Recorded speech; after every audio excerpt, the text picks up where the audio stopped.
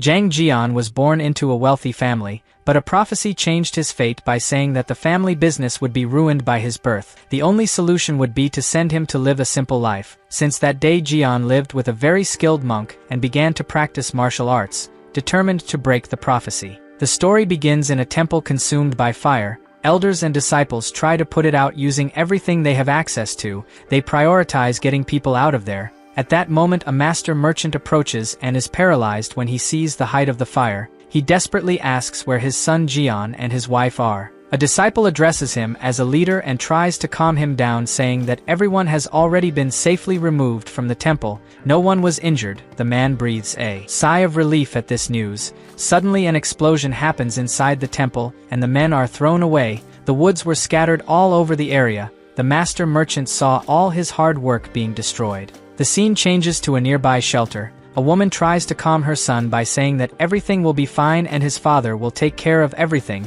This boy is our protagonist, Jang Jian. He looks at his mother with tears in his eyes, while she continues to say that everything will be fine. The next day has arrived, and we can see that there is nothing left of the temple. That merchant receives a skilled monk at home, and they talk about yesterday's incident. This merchant is the father of the protagonist, and his name is Jang Doyan. In front of him, the monk Jumo says that he came here to say something very important. He remembers mentioning earlier that he has a small ability. Jang says that he remembers this conversation. The monk then feels comfortable talking about a prophecy he saw. He says that he has no good news related to the child's fortune. Jang asks if he is talking about his son Jian. The monk confirms that he is. The father asks, worried if something bad will happen to him. Jumo replies that not exactly. Jang then questions if it is something bad related to the family business. Jumo takes a deep breath and the man shouts, asking him to be clearer. The monk says that it is nothing related to Jian's life. The merchant is a little more relieved. The monk goes straight to the point and tells him that the child's poor luck is slipping away.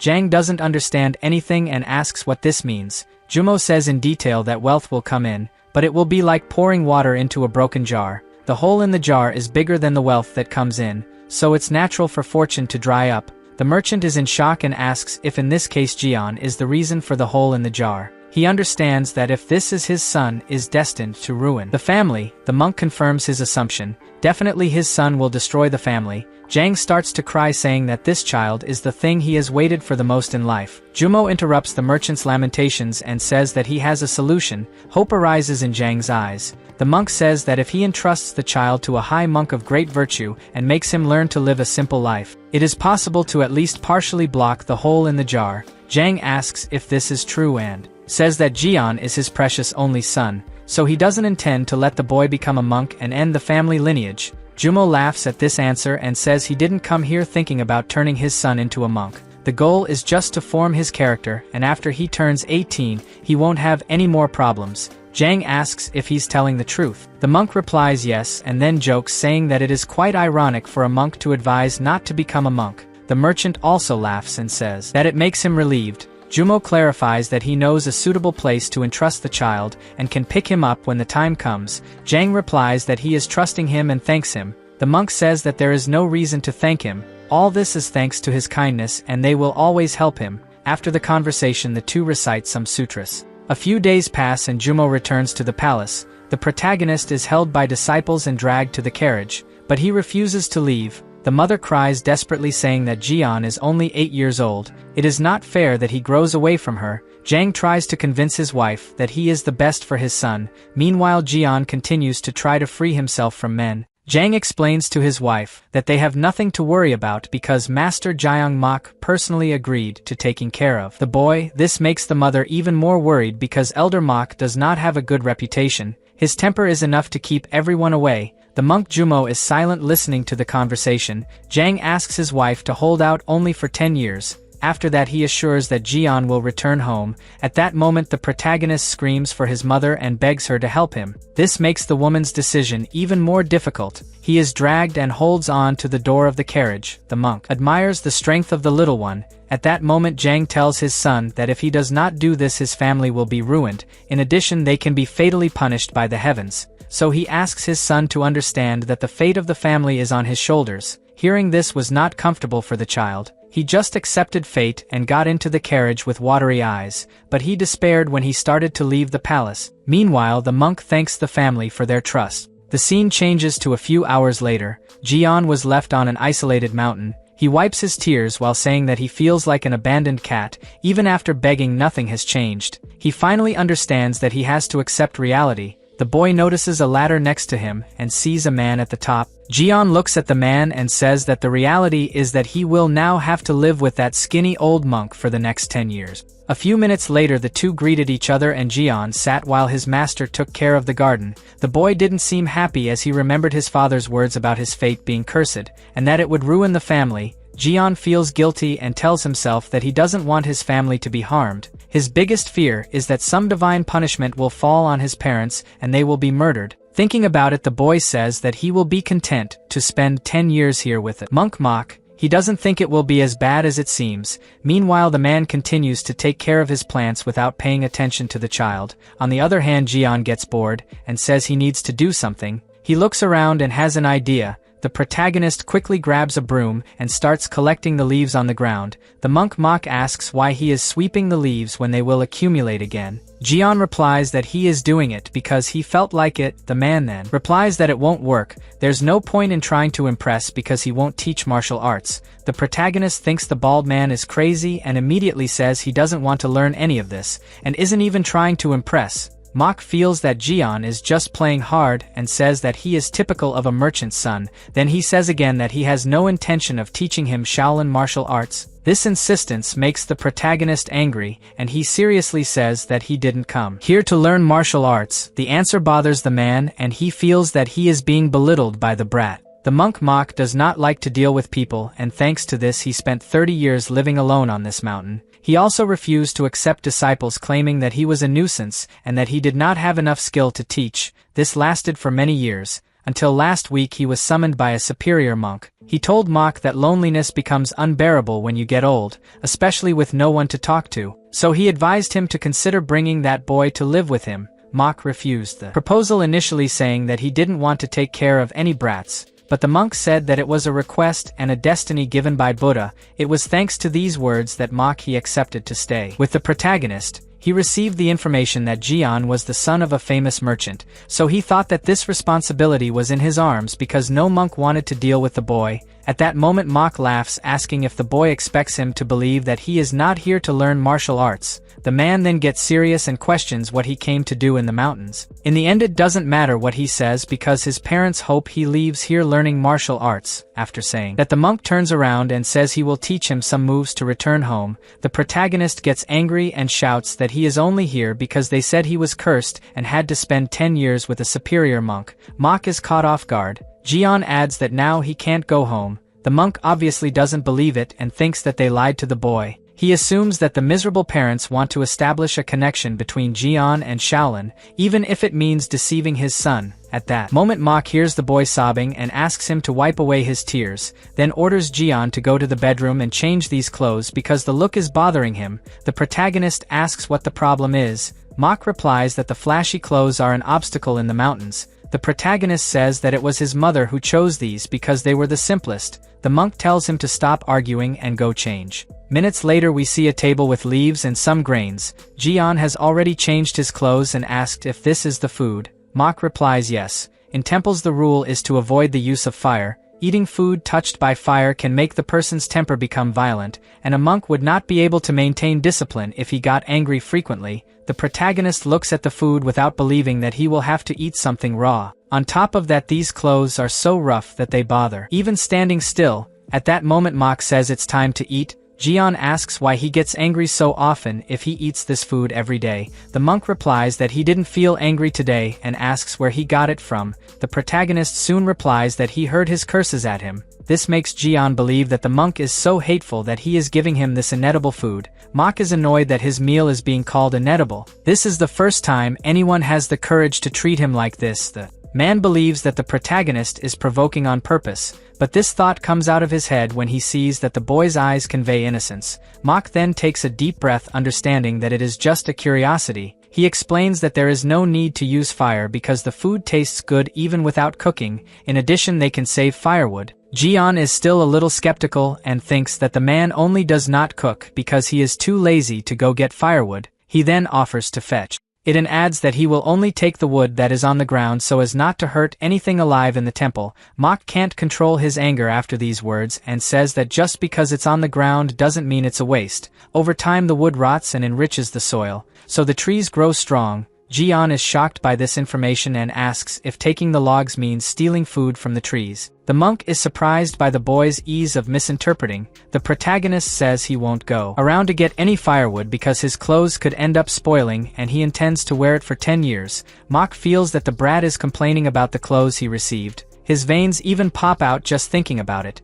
but he takes a deep breath and asks Jian to eat. The boy obeys and asks if he can take more. The monk denies, saying that if he eats too much he will be lazy, and laziness is a spiritual sin. Night has come and it seems that the food did not do much good for the boy. He ran into the forest and could not hold back. The noise ends up waking up the monk and he realizes that Jian is putting it all out. Mok deduces that it's a result of never having raw food. A few days later the protagonist lies down totally bewildered. He says that 2 weeks have passed and he can't control his physiological needs after eating that food. Jian wonders if he should look for some fruit on the mountain. Suddenly the monk appears and asks if he has been hiding around. The protagonist is frightened by the sudden appearance. The man notices some bruises on his hand and says that he may end up tearing his clothes while wandering through the mountains carelessly. In addition, his shoes are already starting to wear out. Jian confesses that he left because he was too hungry. Mok replies that he is only hungry because he walks around, but the protagonist believes that it is because the portions are too small. The man disagrees. He says that people can live well by eating anything.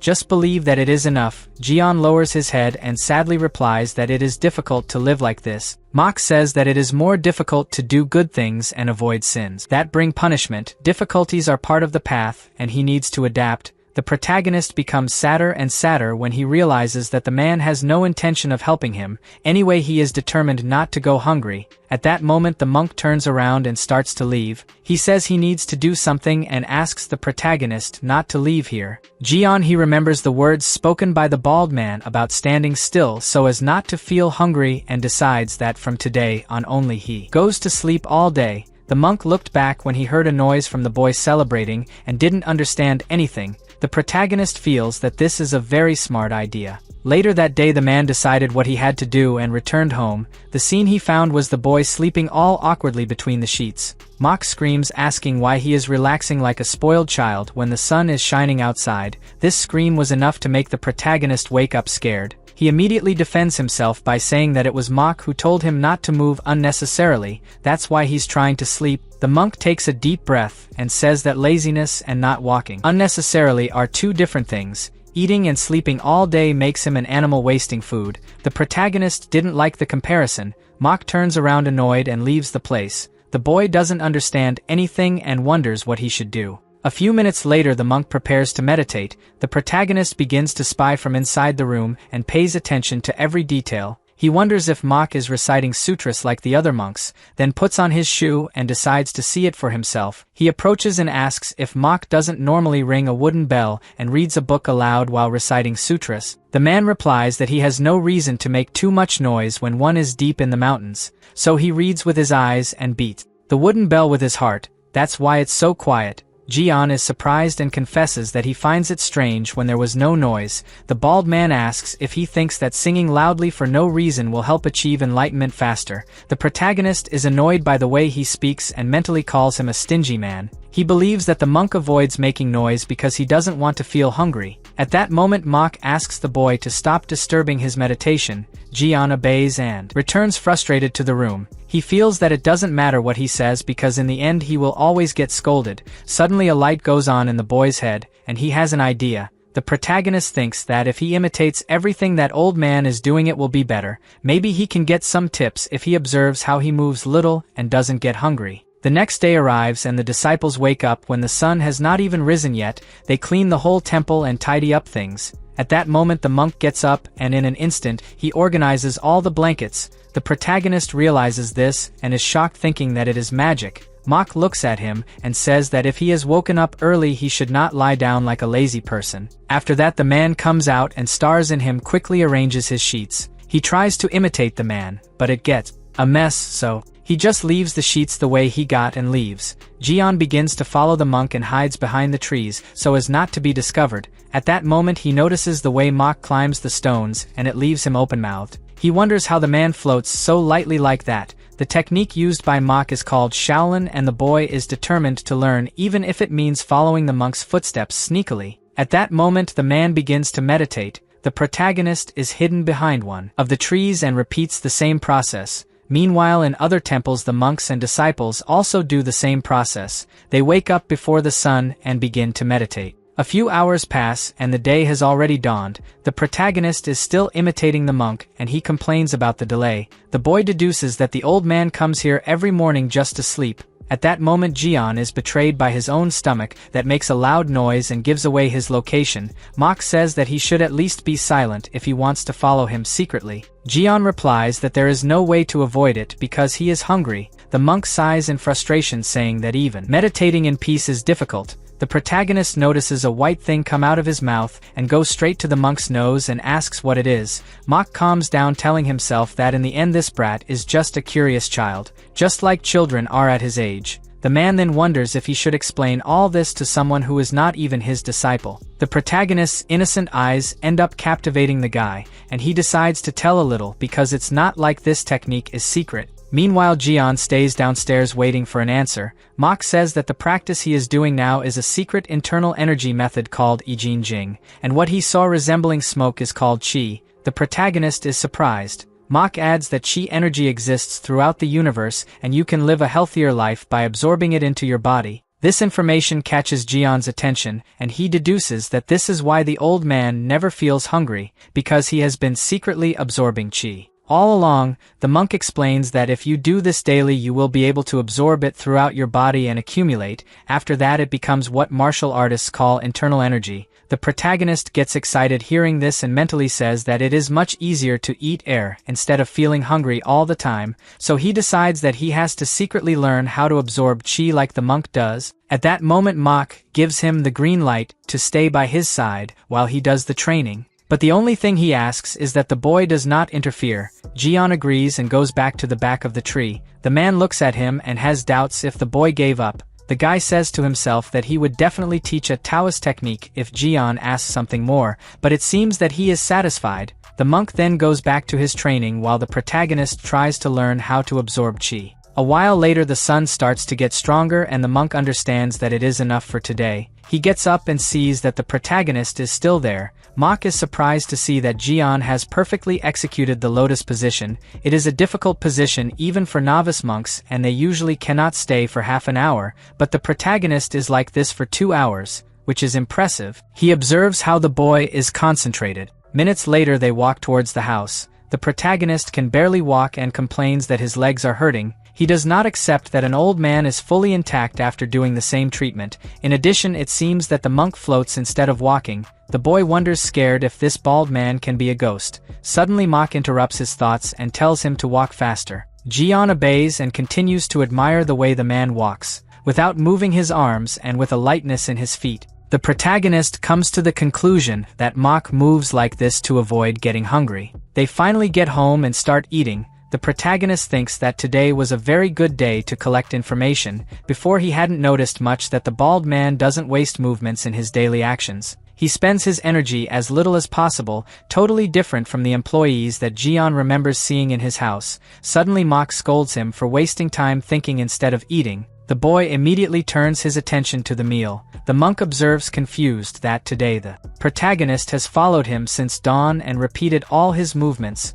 as if imitating his actions. After eating, the two sit together at the monk's study table. Jian feels that the atmosphere has become tense and wonders what the old man is thinking. At this moment Mok says that the book that the boy took is basically about teachings and duties for monks. It is difficult for an 8-year-old child to read alone. Jian agrees that the scripture is too difficult for him. The monk replies that he has no need to make an effort because he is not even a disciple of Buddha, so he has no obligation to learn. Jian replies that he understands. Mok admires the way the boy always answers, clearly and precisely. He thinks he may have to buy something from the brat's age, at least for him to feel more included. Soon the monk shakes his head negatively and wonders why he would do this for this child. After all, at some point he will get tired and give up reading. At that moment Jian gets up and looks for another book on the shelf, still complaining that his legs are numb. At least now he doesn't feel so hungry. Suddenly he hears a noise outside the house and asks what the old man is doing. Mok does his daily exercise and Jian repeats the movements.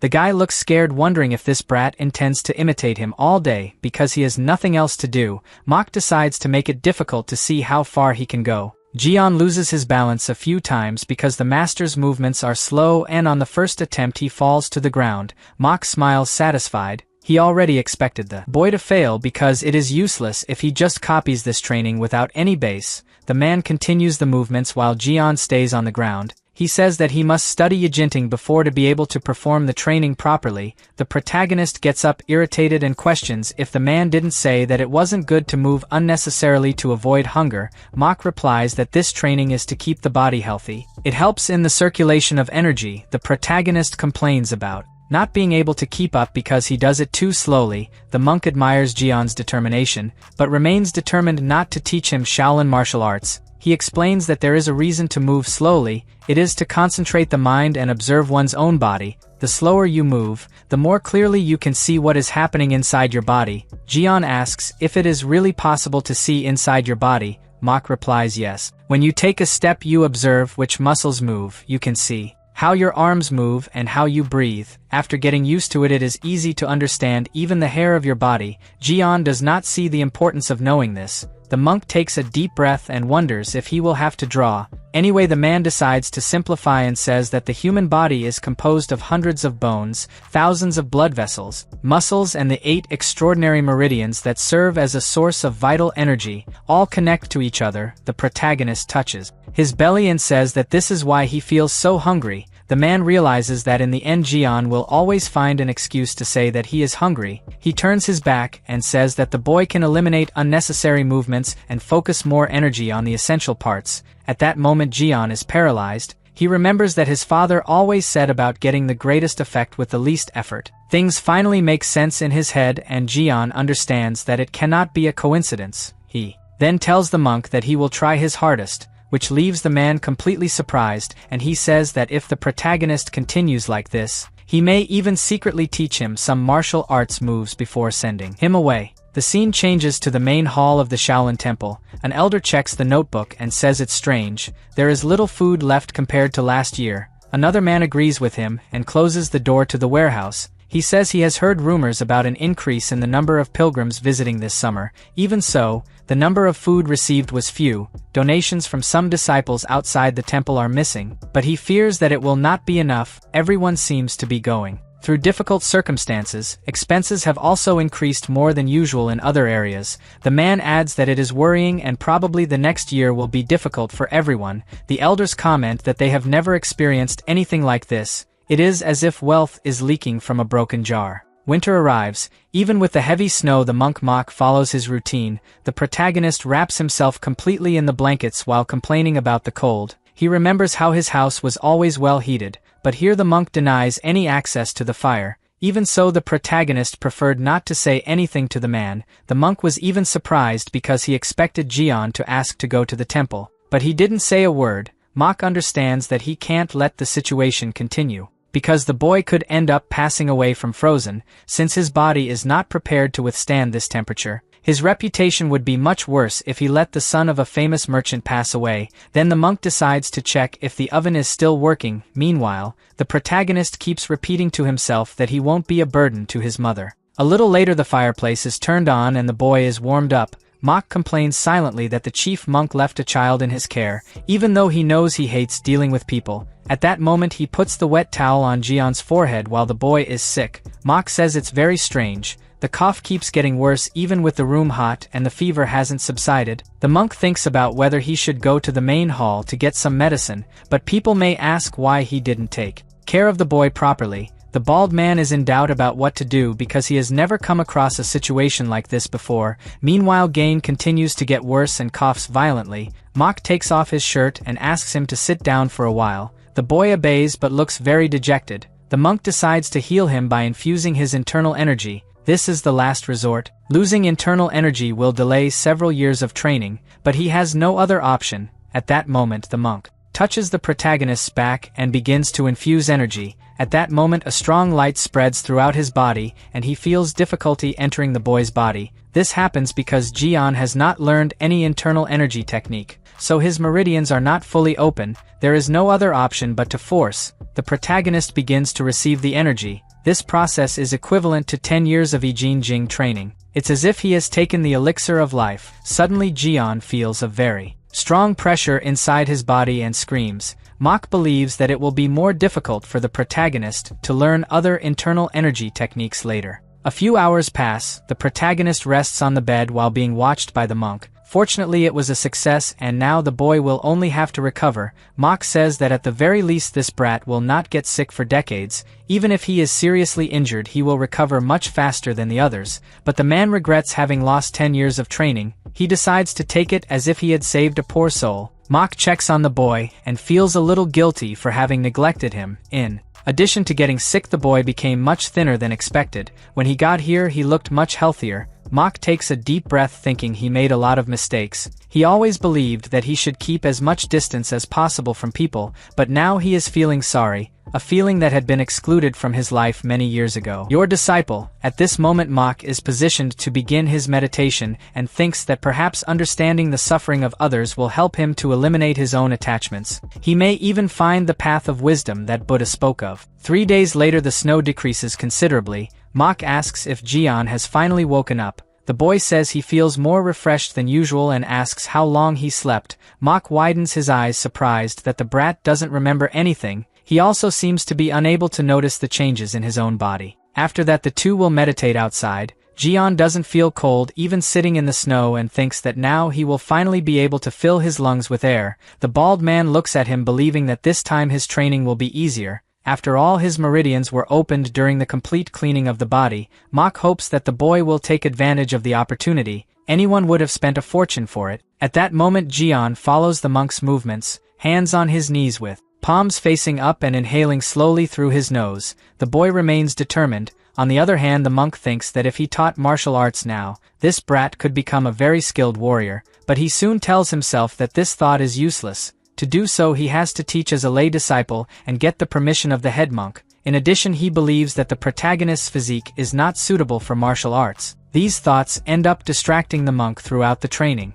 A few days later the protagonist continues the usual training. Suddenly he feels a slight tingling in his nose and abdomen when he inhales. The boy realizes that he is finally gathering energy. He smiles saying that it was worth following the master. At the end of the afternoon the monk approaches to see how the brat is doing and notices that he seems excited. In addition, the bald man felt a different energy in today's training. This makes him think that the protagonist may have learned the Dantian breathing technique. The monk quickly jumps from the stone in disbelief. He says that there is no way the brat can do this on his own since he never learned. It is probably the energy of his own cultivation that is still circulating in the environment, but as soon as he lands on the ground this thought disappears. The man feels his body heavy and assumes that it is from the loss of the 10 years of internal energy at once. He passes by the protagonist and says that is enough for today. Jion asks for a few more minutes, but soon realizes that the monk is not in a good mood and obeys. The next day the snow is almost all gone.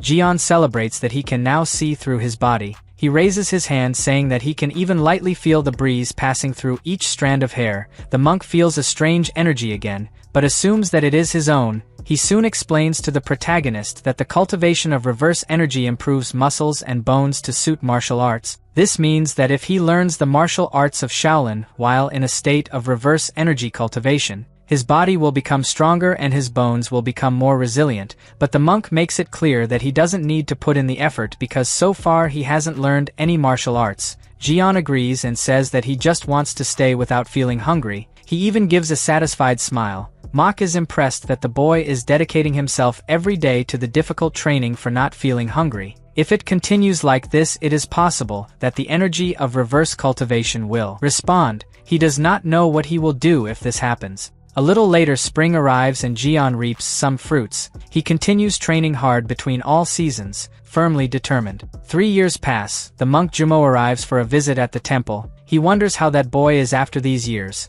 The monk is soon greeted by some disciples of the main temple. They both greet each other and Jumo says that he came to see Guang Yun. The men are surprised, thinking that this monk must be very important to be friends with the chief monk. One of them runs and says that he is going to call the master. The other invites Jumo kindly to come in. The monk enters and the first thing he notices is that things look bad. He asks what happened for the place to be so degraded and why no one is repairing these towers. The disciple replies that in fact they have already made several attempts to fix the towers, but nothing went right. Jumo is frightened and asks what he means by this. The disciple confesses that the finances of the Shaolin Temple are in a precarious situation right now. The scene changes to Jumo talking to the chief monk. The man tells that recently the Shaolin Temple has gone through hard times. They are not even able to spend on tea, so they are using a low-quality one. Jumo is surprised because he knows that the head monk has never denied a good tea, even in hard times. He asks if that's why the towers haven't been repaired. The chief monk replies that there's no point in fixing them because they keep crumbling incessantly. In the last 3 years the inner courtyard has been almost abandoned.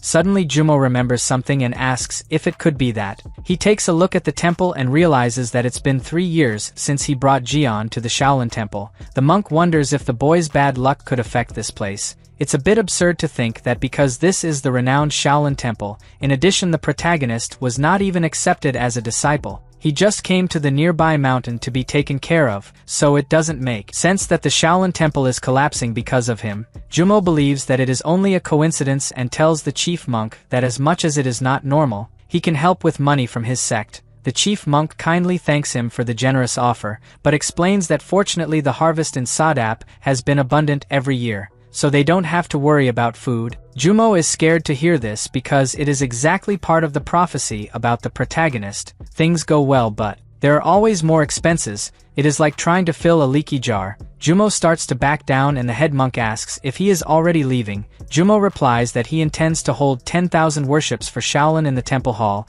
The man asks scared why he is going so far through the temple. The truth is that Jumo feels guilty for bringing the protagonist here and all this happened, so he doesn't think it's fair to stand by doing nothing. The chief monk reminds the man that he is no longer young enough to make that much effort, then asks why he is acting like this all of a sudden. A little later, Jumo kneels in the temple hall. He says that he will not let Shaolin be ruined, at which point the monk begins to bow to the Buddha statue. Years later Jumo meets with the chief monk. The man asks him to stop because it can be dangerous. He is no longer young enough to bear 10,000 bows. Jumo only asks if the temple has improved this year, but receives a negative answer. The man then returns to the temple hall. The chief monk recognizes that he cannot stop him. In addition, the Shaolin weather is with the atmosphere better thanks to Jumo. Some young monks have volunteered to offer 1,000 and even 10,000 bows. The chief monk tells himself that he will have a big chevron when all this is over, then turns to his disciples and says that they need to work hard so that Jumo doesn't come next year. The scene changes to the protagonist, who is 15 years old. Mok asks unsatisfied, "What is this?" Jian replies that it is breakfast. The monk looks carefully at the leaves and grains on the table. He finds everything very organized and soon questions what the leaves are. Jian replies that it is amaranth. Mok finally finds a defect and asks why they are cut like this. Jian says it's because he found it more beautiful. In addition, he removed the inedible parts and the ones that the insects ate. That's why this shape. Mok takes a deep breath and confesses that the boy is talented. He even lined up the grains of rice one by one. Then the monk complains that his indigestion lately is because he can't taste the food when it's perfectly prepared. That's the best way to complain and praise at the same time. The protagonist refuted the man's answer by saying that it was he himself who said that the food should be well organized to look natural. The monk doesn't like to have his words used against himself. It seems that this boy is growing smarter and smarter. He then tells the protagonist that it's better to eat because he doesn't feel like arguing with a brat today. Jian gives a satisfied smile and says to enjoy the meal. A little later, the mock monk walks around outside the house for a while and looks up feeling a tense atmosphere. He wonders if it's due to Shaolin's financial problems, but comes to the conclusion that it has nothing to do with it. The man doesn't know what's going on lately, but he keeps having this strange and uncomfortable feeling that he can't identify. Every day this feeling returns and he doesn't know what it can be. Mock sighs and asks what the source of this frustration is. Meanwhile, Jian sneaks through the door and realizes that there is something bothering the bald man. A few minutes later the monk enters the house and finds everything extremely organized. This makes the man angry instead of happy. He looks carefully at every detail and says that this is the reason for his discomfort. That's why he feels so uncomfortable and frustrated. Mock thinks that the protagonist has an obsessive organization. This would prove why he has been acting stranger and stranger lately. In fact, in all the 7 years they lived together, he has never seen him relax. The boy is in fact determined. The scene changes to Mock taking care of his garden, while Jian collects all the leaves on the ground. He notices that the protagonist's movements are lighter and lighter. His shoulders hardly move and he is a little polished. In general there is no wasted movement. This leaves the monk surprised because even if he knew that Jian was trying to imitate his steps, he never thought that the boy would be so equal. In addition, the technique used can only be mastered by those who know how to control their inner energy. Suddenly the monk decides to stop everything he is doing and calls the protagonist. He remembers that in all these years he has not taught any martial art to Jian, but those who see this boy may think that he secretly learned Shaolin techniques. This would put Mock at risk. So he asks how Jian learned to take these steps. The protagonist seems a little surprised by the question and the next moment gives a smile saying that he finally realized he can now walk like his master. Mock is surprised to realize that Jian was able to learn martial arts just by copying what he did. He refuses to believe that it is true because until a while ago the protagonist was just a child who didn't even know what IQ was. The monk asks a new question about when it started. Jian says that until yesterday he couldn't do it very well, but he tried today and it just worked. He explains that he has been trying since Mock said that to avoid hunger you just don't waste energy on unnecessary things. During these years his head reflected on how he could achieve maximum results with minimum effort. The monk is frightened by this answer and believes that even with effort it should be impossible to learn, so he asks if Jian really thought he moved minimally to avoid hunger. The boy asks surprised if that wasn't it. Mock looks at him with a silly face and then asks for his hand. Jian obeys and wonders what the guy is trying to find out. The monk checks the protagonist's meridians and discovers that he has internal energy. Not only that, it's like the kid has at least 20 years of internal energy. Mock is impressed because he never taught him any breathing techniques and he never had time to secretly train. It doesn't make sense that he has accumulated so much inner energy. He decides to better understand how this happened and asks how Jian has been breathing every morning. The protagonist makes the movement of inhaling and exhaling, then says that if there is one thing he has done is consume a lot of air. Mock is scared to see that the boy is breathing qi. Now it makes sense. For 7 years he has been practicing the Henggong technique. The monk begins to remember that a few years ago he opened his meridians. Probably his consistent practice of Henggong allowed him to accumulate inner strength without knowing it. At that moment the protagonist interrupts the man's thoughts and asks why he is so serious. The monk tries to disguise it by saying that it is nothing and explains that the step he performed is a Shaolin technique called Boyang Shinbo. The monk asks how he managed to imitate so perfectly. Jian replies that he observed that Mock always walked without moving his shoulders. In addition he steps lightly while looking ahead. The boy shows in practice how it is. Mock watches paralyzed as the protagonist performs Boyang Shinbo's enhanced technique. It's as if the boy had invented a different type of step within the original technique. Initially Boyang Shinbo was prepared as a combat technique, but this boy's steps are not for combat.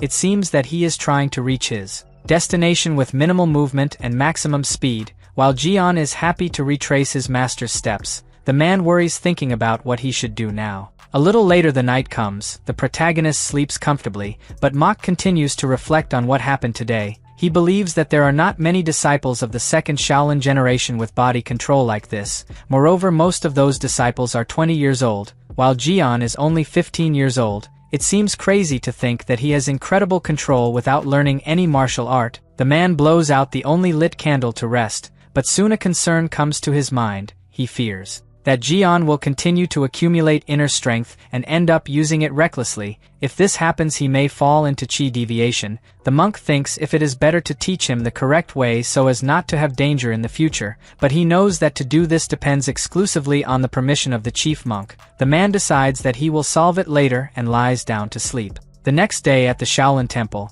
the chief monk receives a visit from the supervising monk and says that it is fortunate that donations are returning to normal. Finally, the difficulties are being resolved. The supervising monk named Going says that he is sure that the finances will recover soon. It is only a matter of time. The chief monk says that the last few years have been very stressful. Now everything is going back to normal. At this moment, the monk takes his rosary while saying that everything is thanks to Jumo. Buddha did not ignore his virtuous acts and accepted his bows. Going agrees and asks if the chief monk does not intend to talk to the administrators now that things are improving. The man seems confused by the question. The supervising monk says that it is rare for so many disciples to face financial problems at the same time, but it may end up happening again and they need to be prepared, such as increasing the temple assets to avoid similar situations in the future. The chief monk firmly replies that it's not possible. Many people are starving right now and can pass away if they don't help. The supervisor is a little shocked by his tone of voice.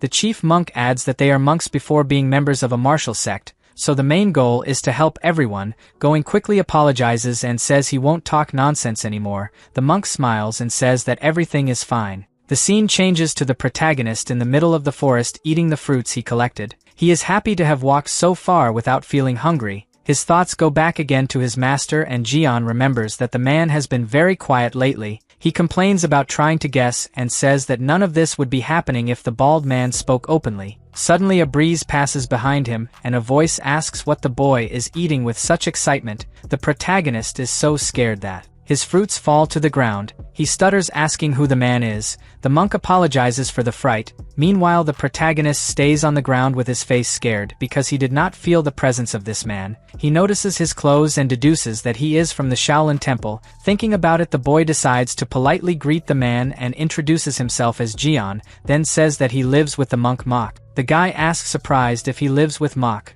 The protagonist questions if he knows him. The man observes the boy's clothes and says that it really makes sense for him to live with Mok. In the next moment, he confesses to Jian that he has seen him several times. This leaves the boy surprised because he doesn't remember the monk. The guy asks if it wasn't him who was eating some mountain fruits a few days ago. He remembers seeing the boy use the Yangjosu technique to get the fruit. Then he used the Kpolyang Shinbo step technique. The monk wonders if Mok taught these movements, but remembers that he does not accept any disciple. Of all this, the most surprising thing is to know how the boy managed to live with someone as strict as Mok for 7 years. The protagonist asks if the man also finds his master strict. He confesses that it was very difficult when he arrived here. In fact, Mok scolds him to this day. The man laughs and says that Mok really is like that. But Jian is confused and asks who he is after all. The monk realizes that he has not introduced himself so far and says that his name is Hong-O. His level is higher than that of the current head monk of the Shaolin Temple.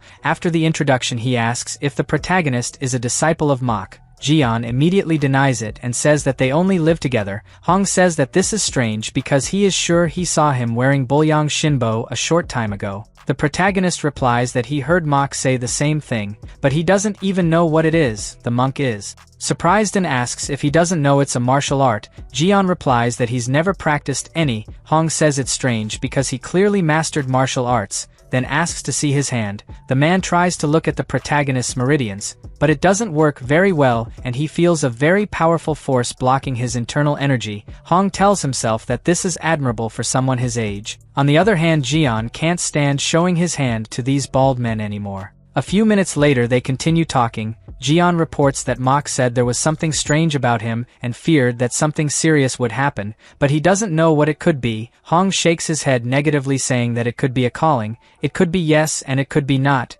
This answer left the protagonist more confused than at the beginning. He asks what he should do now that there are only 3 years left. Hong asks scared what will happen in 3 years. he asks for the full story and says that maybe he can help him. Jian feels safe and tells him that he has been away from his family for almost 10 years thanks to his bad fate. It all started when he was 8 years old. Half an hour after the protagonist finishes his story, Hong is paralyzed realizing that this 15-year-old boy learned martial arts only by imitating Mach. He believes that Jian is a truly rare talent. If he learned some simple martial arts techniques, he would definitely be hailed as a rising star. At that moment Hong says that the head monk's vision of handing him over to Mach was really amazing. The protagonist soon asks what he should do now that there are only 3 years left. Hong asks him to calm down because there is nothing worse than living with an evil guy like Mach for 7 years. The monk adds that worry sickens the body and Buddha will not abandon the merit he has accumulated so far. Jian confusedly replies that he has not accumulated any merit. Hong thinks about it and wonders what he should do. He then asks the protagonist not to talk about his visit to the monk Mach. Jian replies that he cannot lie to his master. The monk says it's not a lie and adds that it's just to surprise Mach later. The protagonist believes the man and agrees. Hong then says goodbye saying he needs to go now. The two greet each other and the man leaves. Jian is alone and realizes that this monk walks even faster than Mach. Maybe I could learn to walk like that one day. A little later the scene changes to the Shaolin temple. The chief monk asks what Hong came here to do. The old man asks if that Mach child is practicing martial arts even if he is not a disciple. The supervisor asks if Hong is sure of it. The chief monk says that Jian has been in Shaolin for 7 years. It would be strange if he didn't know at least a little bit of martial arts. Hong angrily asks if the boss is plotting with Mach pretending that the boy is not a disciple. The monk replies that he has no reason to lie, but Hong disagrees and says that that boy knows the Yangjosu and Bulyang Shinbo techniques. This information catches the chief monk and the supervisor off guard. The boss asks with fear if Hong is talking about Shaolin's secret techniques. The supervisor says that if this is true it is very dangerous. After all, that boy is not even a disciple. It is against the rules to teach the secret techniques of Shaolin to a child like that. The chief monk takes a deep breath and says that he is sure that Mach would not do that. Then there must be some reason. Hong asks if they think he's lying. The guy says he saw it clearly with his own eyes, so just make Mach kneel down and see if it's true or not. The men are surprised by Hong's violent way. The chief monk calmly replies that he will solve the matter and asks if the guy has anything else to say. Hong laughs and says that the monk is very smart. He then says that he has recently made a breakthrough and needs the Jade Buddha staff. The supervisor is surprised by the man's audacity. The chief monk immediately replies that it is not possible and adds that it is good for him to be aware of the significance of the sacred Shaolin relic. Hong doesn't take the answer very well and gets angry asking if they are saying that his advancement is not worth it. The chief monk stands firm in his decision and asks if the guy intends to go over the will of his predecessors, then reaffirms that he will not change his answer. This makes Hong even angrier. The supervisor seems to guess the reason for so much desperation to acquire the Order of the Jade Fire. Only the head of the generation can use the authority of the Order of the Jade Fire to alter any rules or principles he deems necessary. Hong already has a ban that prevents him from accepting more disciples, so he probably wants to use the decree to lift the ban. The supervisor deduces that the monk wants to steal Mach's child and use him as his disciple. Suddenly Hong starts yelling at the chief monk asking if he is refusing to deliver the Jade Fire order. The chief monk tries to keep calm and remembers how this guy has a difficult personality. From a young age he had a violent tendency and loved to bother others. He received reprimands from his master every day, and even after getting old nothing changed. At that moment the chief monk moves his rosary, while saying that manages to manage up to 2 shurchen a day. The supervisor tries to stop him, but the monk replies that this is not a violation. Hong gets excited and says he will keep his promise. The supervisor looks totally frustrated as the man says goodbye. At the end of the night Jian walks through the forest with Mach. The monk realizes that his step has improved a lot since the last time, but he has no idea how his technique keeps improving without any teaching. Suddenly the monk notices that the protagonist is smiling and asks why he is happy. Jian stops for a moment and replies that he can absorb more qi during these hours of the morning. He says that he has compared it to the qi he absorbs throughout the day, so he is sure that the best is during the night. Mach asks scared if he is saying that he absorbs qi all day. The bald man thought that when Jian disappeared it was because he was picking fruits. The protagonist replies that initially he thought he could only absorb chi if he did the lotus position, however he found that he can also absorb even while folding the blankets or sweeping the yard. Mok asks if he always maintains this breathing technique. Jian asks confused if he can't. The monk knows that practicing this breathing throughout the day is usually so boring that without focus there is no way to store it, so he always thought it was impossible to store chi during daily chores. But this would explain how the protagonist has so much energy internal. The monk then tells the boy that doing the technique recklessly will not increase his martial arts skills. Jian soon replies that he has not learned any martial arts. Mok asks surprised if he knows that trying to store chi constantly will not produce significant results. The protagonist replies yes. He only does this during the day because he has already gotten used to it. Mok starts to sweat cold realizing that the protagonist does not understand the danger he is in. If he keeps accumulating internal energy without control and tries to use it in a clumsy way, it can result in a deviation of chi. Meanwhile, Jian looks at him without understanding anything. The next day the two wake up early and go to training. Mok observes Jian and tells himself that he is afraid that someone will find out about it. He has no way to hide this presence for long. Thinking about it, he decides that telling the chief monk is the best choice to protect Jian. The scene changes to Hong's house. He asks one of the men why he is refusing the tea. The white-haired man is the saint of the sword. His name is Ian Gang. He tells Hong that when it comes to a mad monk's tea, one should not just drink it without caution, then asks if it is not Hong who is used to making tea with poisonous herbs. The black-haired boy is a disciple of Gang and his name is Myung. He is shocked by the possibility of taking something poisoned. At that moment Gang drinks some of the tea and Hong is eager to hear what he has to say. Gang says it's good, but didn't know Shaolin had such toxic plants. Hong replies that he secretly cultivates it in his private garden. The root is medicinal, but the leaves are highly toxic, so eating them incorrectly can be fatal. Gang yells asking if he thought about giving it to his disciple. Hong says he needs to taste it to avoid falling victim to any random poison in the future. Gang replies that he might be right and praises his knowledge of poisons. He even remembers that that guy from the Tang family was furious. The monk replies that his mastery of poison is a level above that idiot from the Tang family. Gang agrees that in his youth there was no one to surpass Hong,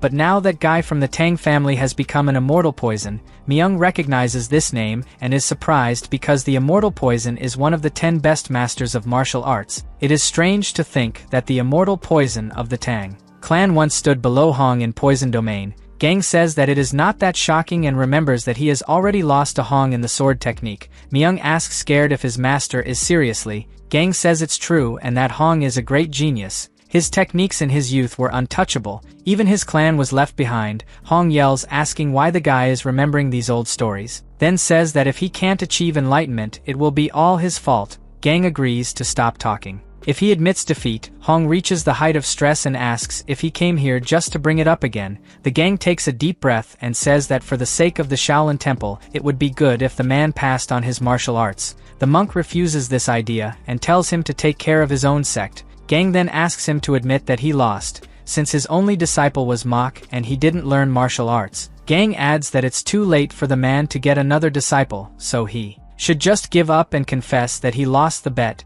Myung silently observes the discussion and comes to the conclusion that this bet was part of the internal conflict of the two masters. This is because they had many different opinions about martial arts, and to solve the problem they created disciples. So they bet that the result among the students would decide who was right. At that moment Hong says that everything would have been different if Mok was not so stubborn. Anyway, the man is not willing to accept defeat and asks Gang to wait a few more years. Gang feels hope when he hears this and asks if Hong has found any promising students to continue his legacy. The monk just replies for him to wait a few years. The guy starts joking saying that he hopes to be alive when this child can surprise them. Hong replies with fire in his eyes that he just needs to stay alive for 5 more years. This statement left both the master and his disciple surprised. Gang realizes that this guy is looking to get into trouble again. The scene changes to Mok at his house. He becomes thoughtful after receiving one of the chief monk's disciples at his home. The man asked him to go to the temple and take the child. Mok is worried because this visit means that they already know about the protagonist. At that moment he approaches and tells Jian that they need to go to the main monastery today, so the boy must be the most polite when he meets the chief monk and the elders. Jian doesn't seem to like the idea very much and the man asks if he doesn't want to go, but the boy replies that he feels he will feel hungry during this journey. The monk doesn't believe that this is the complaint and says he will see if there is any cake left from the fall festival to take. The protagonist can't hide his happiness and says that they must go now, so Mok is shocked by the brat's audacity. A few minutes later they start to descend the mountain towards the main monastery. The protagonist remembers that 7 years ago he thought he wouldn't last long because of exhaustion, but now he manages to descend quietly without feeling hungry or tired. It's a big breakthrough for him. Meanwhile, the monk follows in the footsteps of the boy behind. He watches carefully until he realizes that the protagonist has performed a new technique, the Great Arhat Zen Step. This time the man cannot understand how Jian learned it because it is a technique he has never shown. These thoughts irritate the bald man, and he blames the chief monk for having chosen him to take care of this child. The scene changes to a few minutes later, with the two entering the main monastery. Jian finds everything very beautiful and organized. Mok motions for him to be quiet and says that inside the temple he can't make noise even when walking. The protagonist said he doesn't have to worry, and the man complains that this brat always has an answer on the tip of his tongue. Jian stops talking when he notices someone coming. At that moment, two monks approach and ask the reason for the unexpected visit. Mok asks if he needs any reason to come here and replies that he came to see the chief monk. The men start to sweat cold, and one of them replies that he understood perfectly. The protagonist notices the monk stuttering and realizes that everyone really thinks Mok intimidating. Suddenly he catches his attention and tells the brat to be faster. Jian gets a fright and starts following him. They both arrive at the cafeteria and meet with the chef. Mok is surprised that Gryo is still in charge of the cafeteria. The guy replies that he gets restless if he is not working. As they talk, the protagonist stares at the cafeteria wondering if this is where all the food in the Shaolin Temple is done. Gryo soon notices the boy and asks if the monk has accepted a disciple. Mok asks if the guy can't see this boy's hair. It's obvious that he's not a disciple, just a child who is in his care. The guy gives a smile and greets the protagonist. Jian also responds happily. Mok asks Gryo to take care of the boy and serve some cakes while he goes to talk to the head monk. Jian and Gryo like the idea, so Mok says goodbye to the two and starts to leave. The chef asks the protagonist to wait a while he goes to get him a candy. The boy is obviously happy and thanked. The next moment the chef comes back with 3 moon cakes. The protagonist looks at that dessert as if he were in heaven. His eyes shine, and he says that it looks much more beautiful than those in his house. Jian even cries with happiness and prepares to eat. At the first bite he feels that he is in paradise, and that he has found true joy. This is the tastiest thing he has eaten in recent years. Suddenly some voices interrupt the boy's moment, and he looks trying to understand what happened. 2 men start fighting about something that ended up burning in the fire. Gryo calls the attention of a man who ended up burning all the ingredients. He says that now they need to hurry to prepare a new meal because it is close to lunch. The man quickly obeys. Meanwhile, Jian approaches the door with his cake and watches surreptitiously. The cooks start to prepare a new meal and divide the task to be faster. The protagonist notices the way they act and says that this looks more like a battlefield. At that moment Gryo screams, asking why men are so slow if they learn martial arts. Jian hears this and thinks it's strange because he didn't know that martial arts also helps when cooking. The boy observes the chef's movements and thinks that the guy is spending excessive movements uselessly. Moving just the fist would be enough. Suddenly someone yells at the boy to stop blocking the way and take all this out. The boy obeys and carries the basket of apples. Jian sees him complain that he won't be able to peel all this by himself before mealtime, so feeling bored he decides to help him pass the time, but the child refuses, saying that this is his job. Jian says that he is very good at peeling apples, and in addition he will be sorry if he can't finish it on time. The boy asks surprised if he really wants to help, and the protagonist smiles. Some time later the two start the work. As we can see, the protagonist lied when he said he was good at peeling apples. The boy tries to teach by saying that it is necessary to peel the skin very thin, otherwise the chief monk will scold him. Jian feels bad for not being able to cut a simple apple. The boy says that the fault may be the wooden knife. The protagonist thinks about it and asks if he can't use a steel knife. The boy replies that the chief monk thinks he's too young to use a metal knife. He sighs tiredly and says that today he will be scolded. At that moment Jian looks confidently at the apple as if it were his biggest enemy and says he'll solve it. After all, it shouldn't be that difficult. The scene changes to the chief monk saying goodbye to the gang. He notices the disciple Myung and feels that he has the potential to be the new star in the martial world. Mok has a familiar feeling and mentally says that Myung is very similar to Jian, but what is making him doubt is the fact that the Sword Saint comes to the Shaolin Temple. The chief monk explains that he came to visit Hong and probably brought his disciple to pay tribute. Mok says that Hong is not exactly friends with the gang to pay tribute. At that moment the chief monk notices something strange and asks where is the child who asked him to bring. Mok replies that he left the boy in the cafeteria for a moment and asks if the guy has any serious matter to talk about with him. The monk replies that he was just curious. While they talk, the protagonist continues in his difficult job of peeling an apple. The head monk tells Mok that maybe it's time to take on a disciple. After all, he has been with the boy for 7 years and must have already created a bond. Mok reminds him that he was alone for years and decided not to have any students. The monk asks if he means that he will leave this child aside irresponsibly. Mok is scared by this question and believes that the master already knows that Jian is learning martial arts.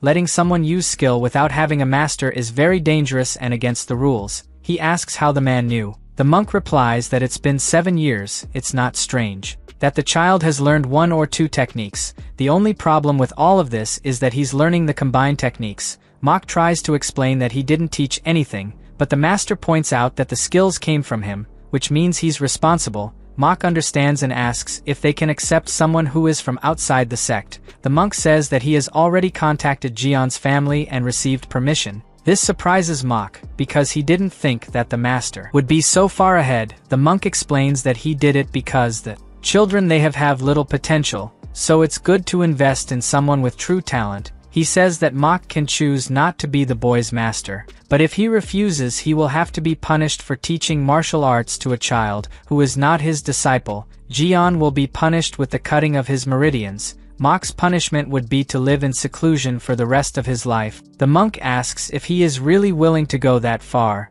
Mok looks incredulous and thinks that it would not be so devastating for him to live in seclusion, but he could not let the protagonist suffer so much. At that moment the monk offers another option if Mok does not want to accept a disciple. The man asks what it is. The master says that he cannot leave a child out there using the Shaolin martial arts without any direction, so he will ask the senior monk Hong to be responsible for the boy. This is the worst option that Mok could receive, and he shouts that he does not accept this. Meanwhile, Gang and his disciples start walking towards the exit of the temple. The leader says that he had another vision of Shaolin, but in fact it is just another big temple. Even so, his Wasan sect has never surpassed Shaolin even once. Myung is surprised and asks if their sect is not currently the best in the martial world. Gang laughs and explains that when people say the best, they don't include Shaolin. All 8 sects are nothing when compared to Shaolin, so they can't afford that. Myung replies that he doesn't understand how Shaolin can be the best if he currently doesn't have any exceptional talent. Gang says that's why he's worried. The disciple asks him to explain better what he is trying to say. Gang says that Myung has a talent that soon everyone will see and he will be like an incomparable figure. When that day comes he will face Shaolin, so he asks the boy to be attentive to each disciple of this temple. Myung thanks the leader for his words and says that he will never betray his expectations. Gang touches his shoulder and asks him to understand that this is also a wish of the Wasan sect. Soon they will beat Shaolin and sees Hong's face of disappointment. Gang takes a step when he suddenly feels a pressure on his body. He stops immediately and uses his ability to see who owns this aura. Gang soon finds the protagonist cutting the apples. He asks surprised if there is something like this in Shaolin, then turns his back and says he needs to see something. Myung doesn't understand anything and follows his master. At that moment he shows a perfectly peeled apple to the boy, who confesses that he has never seen anything like it.